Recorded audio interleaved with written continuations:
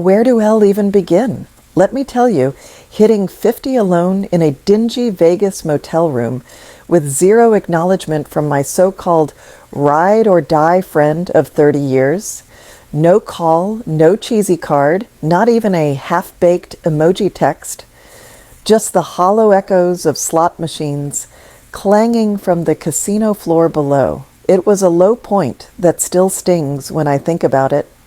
But fast forward a few dizzying weeks, and when that humble scratcher ticket tucked in my purse magically scratched out a whopping $10 million jackpot, who do you think slithered back into my life?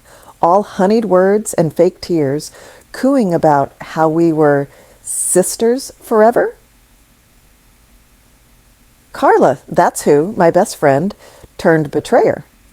Little did she know, I'd been stacking the deck against her kind for years, and this was my royal flush. But I'm getting ahead of myself.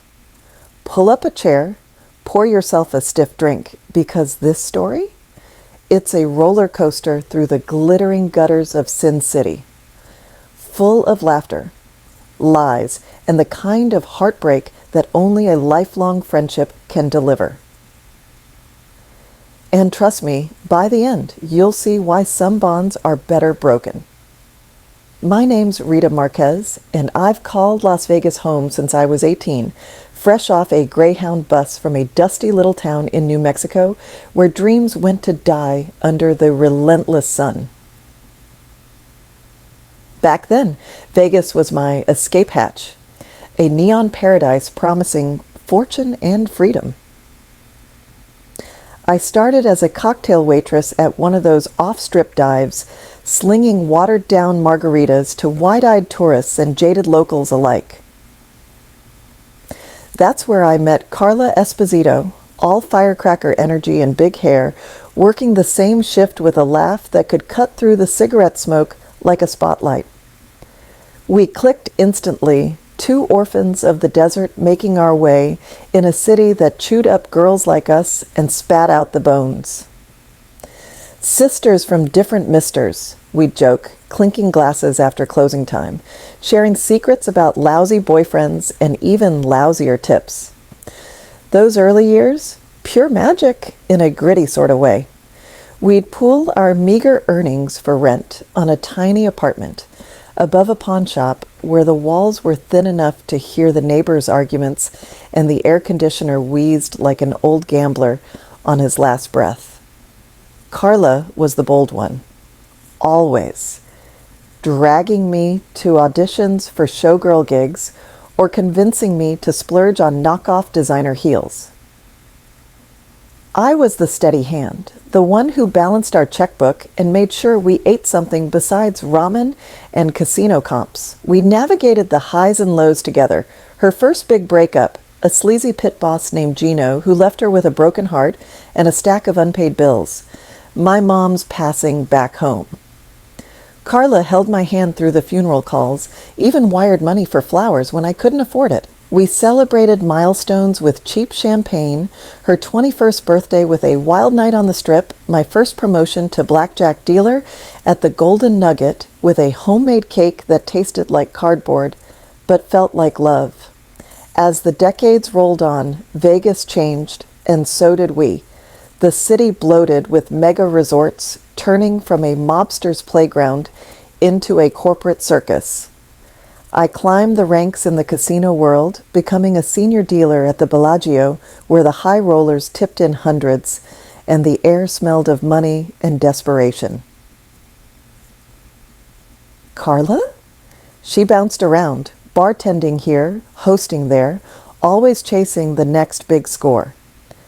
Marriages came and went for her, first to a magician who vanished with her savings, then to a real estate flipper who flipped out during the 2008 crash. Through it all, our friendship endured, or so Elle thought. We'd meet for coffee at dingy diners off the strip, swapping stories about the tourists' antics or venting about aching feet after 12-hour shifts. "You're my rock, Rita," she'd say, squeezing my hand. "Couldn't do this without you." But cracks started showing, subtle at first, like hairline fractures in a poker chip. Carla's borrowing became a habit 50 for gas, 200 on for rent, always with promises to pay back next paycheck. I'd wave it off. That's what friends do, right? Then came the favors, covering her shifts when she was sick, read hungover from chasing some new flame, or lending my car for her endless errands. I didn't mind. Life in Vegas teaches you to roll with the punches. But as we approached our 50s, something shifted. Carla got entangled with a string of sugar daddies, older guys with deep pockets and shallow commitments, who whisked her off to private jets and penthouse parties. Our coffee dates dwindled. Texts went unanswered for days. "Busy with life, babe," she'd reply eventually, with a string of heart emojis that felt increasingly hollow. And then, my 50th birthday, I'd been hyping it up for months. Nothing extravagant, just a quiet dinner at our old haunt, the Peppermill, with bottomless mimosas and enough gossip to last a lifetime. I'd even splurged on a new dress, red sequins that caught the light like casino marquees. Carla promised she'd be there. Wild horses couldn't drag me away. But as the clock ticked past 7 p.m.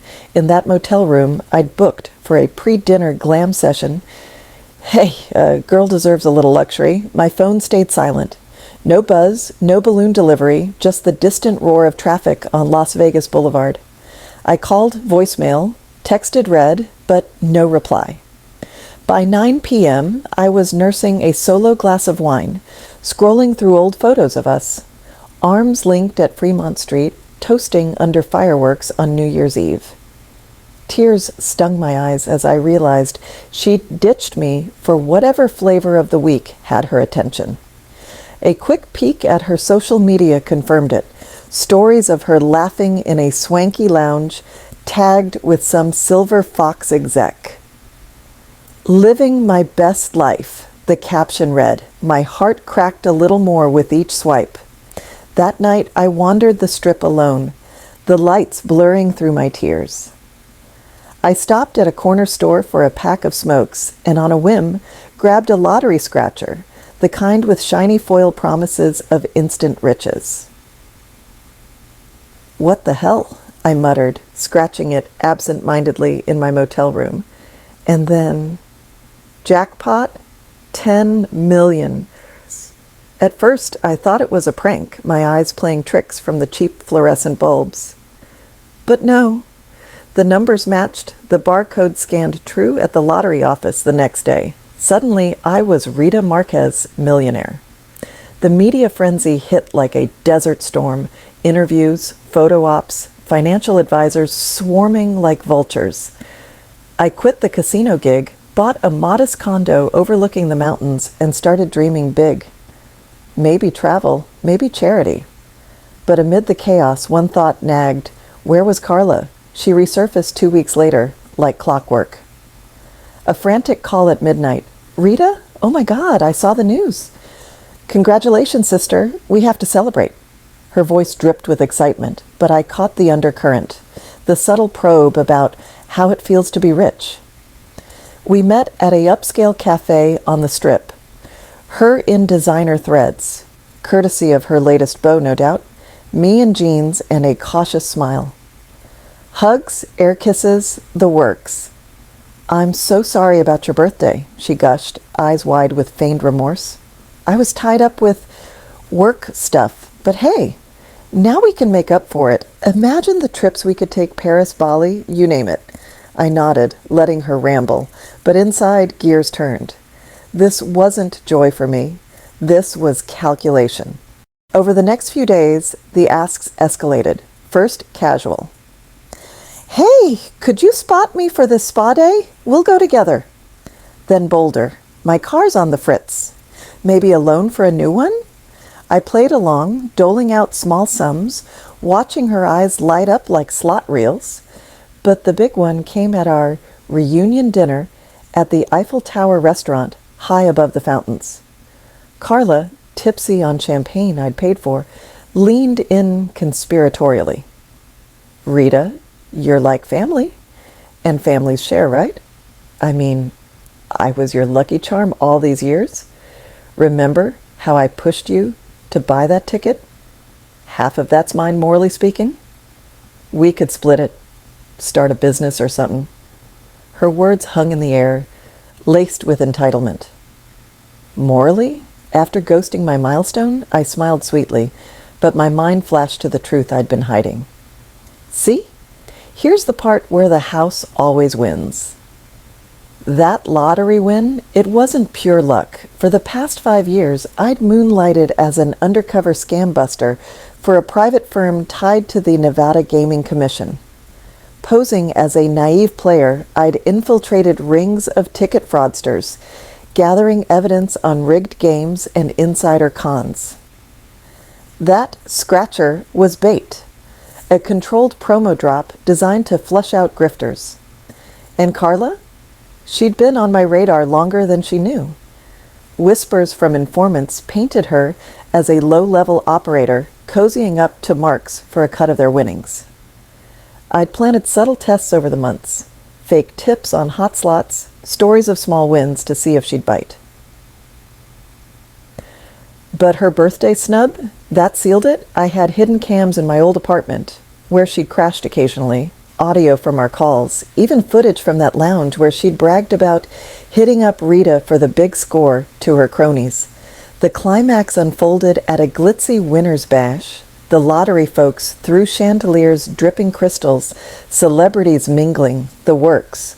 Carla arrived on my arm, preening like she'd earned it, whispering about our future yacht. Midway through, as toasts rang out, I took the mic. Friends, family, I began, voice steady as a dealer's shuffle. This win isn't just mine, it's a lesson in trust. The room hushed as I signaled the AV team. Up popped the screen. Clips of Carla's schemes, her voice clear as day, plotting to convince Rita to share Ye Easy Mark after all these years. Gasps echoed, her face drained of color, jaw dropping like a busted slot. What? How? She stammered, but security was already escorting her out, papers in hand for the authorities. Turns out her sugar daddies were fronts for a bigger, ring-busted wide open, thanks to my evidence. In the aftermath, the real jackpot emerged. Peace. I channeled the funds, a mix of actual prize and reward money from the bust, into a haven for women like us, down on their luck dreamers in Vegas. Rita's Oasis, we call it, counseling, job training, a safe space to rebuild. No more dealing cards. Now I deal in second chances. Carla? Last I heard, she was facing charges, her sisters forever mantra, ringing hollow in a holding cell. Me, I'm thriving, sipping coffee with new friends who show up for birthdays. Lesson learned. In Vegas, the house and a smart woman always comes out on top. If you're ever in town, stop by the Oasis. I'll buy the first round and maybe share a story or two. Just don't ask for a loan. Oh, honey. If you thought that was the whole tale, buckle up, because there's so much more to it than what I spilled before.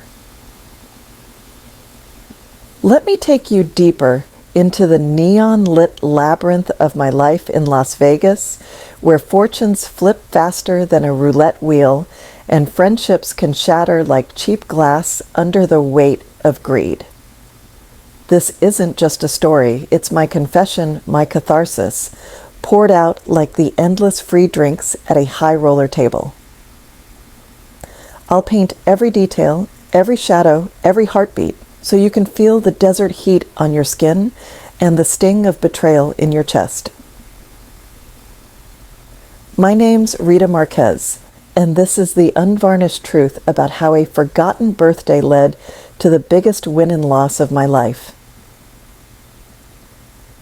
Grab a seat, we're in for a long ride through the glittering underbelly of Sin City.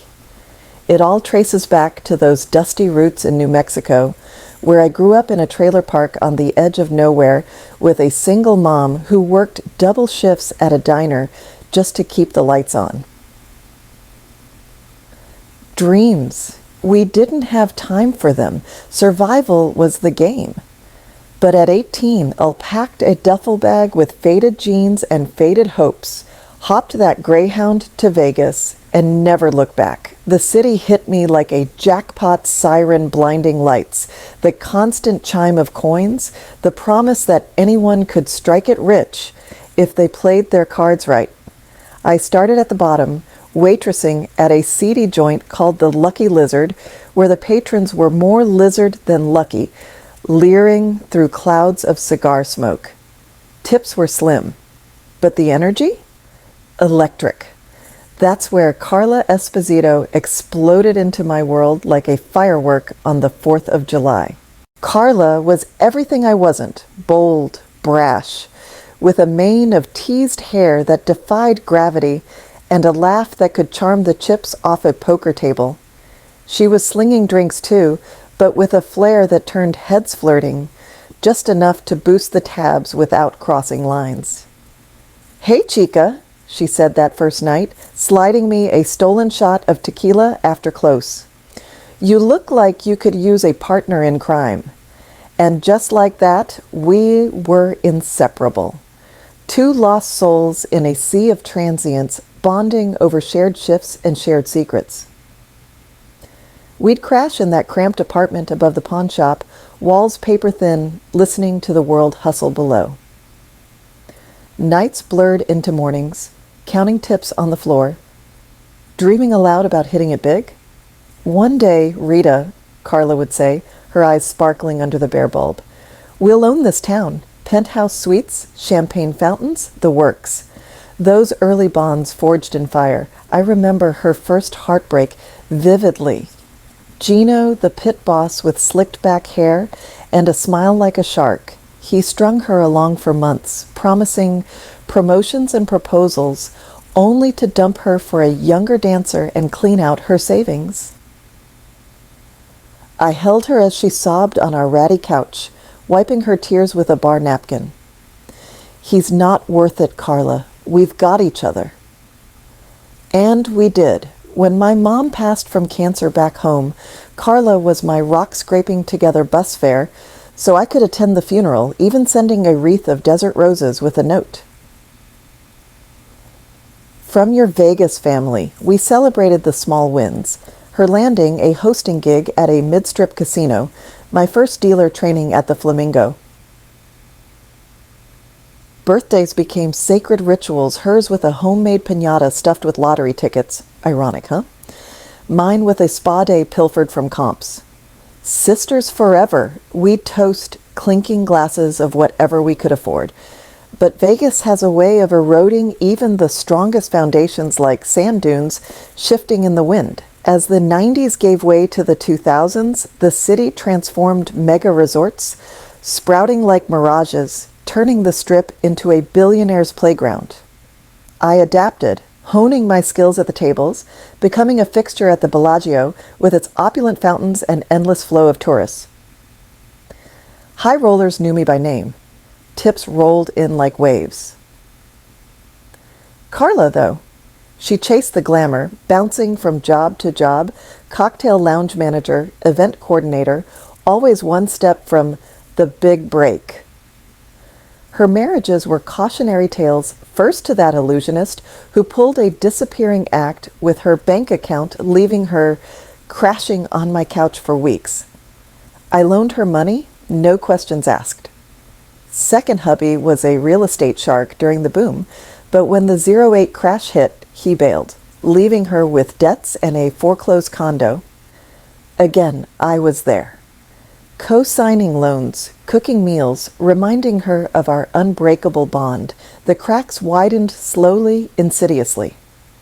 Carla's borrows turned chronic, 100 for a new outfit, 300 for car repairs, always with tearful vows of repayment. I'd shrug it off. Friends help friends. But her circle shifted. Sugar daddies with Rolexes and private planes, whisking her to exotic weekends while I dealt cards till dawn. Our catch-ups grew sporadic. A rushed coffee here, a flaky lunch there. "Life's crazy, Rita," she'd text, followed by selfies from yachts or ski lodges. I missed the old us, but chalked it up to growing pains. Then came the milestones that tested everything. My 40th birthday? She showed, albeit late, with a bottle of bubbly and apologies. But by my 45th, excuses piled up. Stuck in traffic, babe brain check? I celebrated alone with takeout. Still, I forgave. Friendship's a long game, right? But the 50th. That was the breaker. I'd been building it up for months in our sporadic chats. Nothing flashy, just the Peppermill Diner, our nostalgia spot with its retro booths and endless pancakes. Wouldn't miss it for the world, she swore. I splurged on that red sequin dress, got my hair done, even booked a motel room nearby for a pre-party primp. As 7 p.m. rolled around, I paced, phone in hand, 8 p.m. a text.